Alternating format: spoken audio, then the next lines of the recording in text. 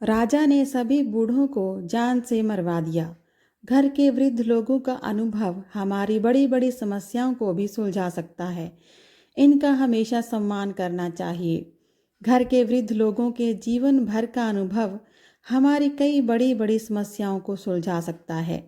लेकिन एक लोक कथा के अनुसार पुराने एक ऐसे राजा थे जो बूढ़ों को पसंद नहीं करता था। उस राजा ने अपने मंत्री को आदेश दे दिया कि बूढ़े लोग हमारे किसी काम के नहीं हैं, हमेशा बीमार रहते हैं, कोई काम नहीं करते, इनकी वजह से राज्य का धन बर्बाद होता है। इसीलिए राज्य के सभी बूढ़ों को मृत्यु दंड दे दो। राज्य के लोगों को जैसे ही ये आदेश मालूम हुआ, सभी बूढ़े राज्य छोड़कर दूसरी जगह चले गए। ये राज्य हिमालय के पास ही स्थित था। इसी राज्य में एक गरीब लड़का भी रहता था। वो अपने पिता से बहुत प्रेम करता था। उसके पास इतना धन भी नहीं था कि वह घर छोड़कर दूसरे राज्य जा सके। इसीलिए उसने अपने पिता को घर में ही छिपा लिया। पिता पुत्र किसी तरह घर में रहकर समय निकालने लगे। कुछ समय बाद उस राज्य में अकाल पड़ गया।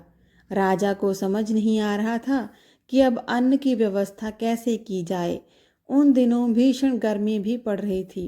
गरीब लड़के ने अपने बूढ़े पिता से अकाल से निपटने का उपाय पूछा।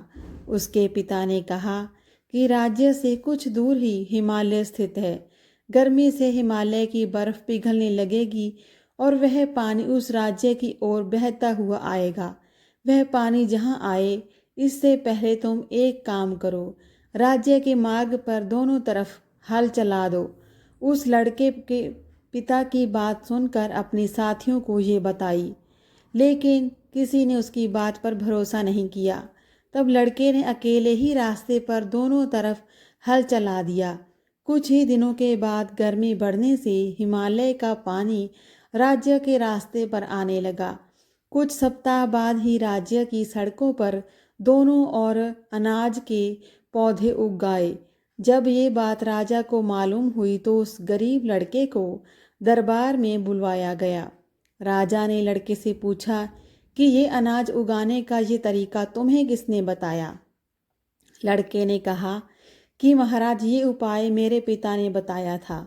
आपने जब बूढ़ों को मारने का आदेश दे दिया था तो मैंने उन्हें अपने घर में छिपा लिया था।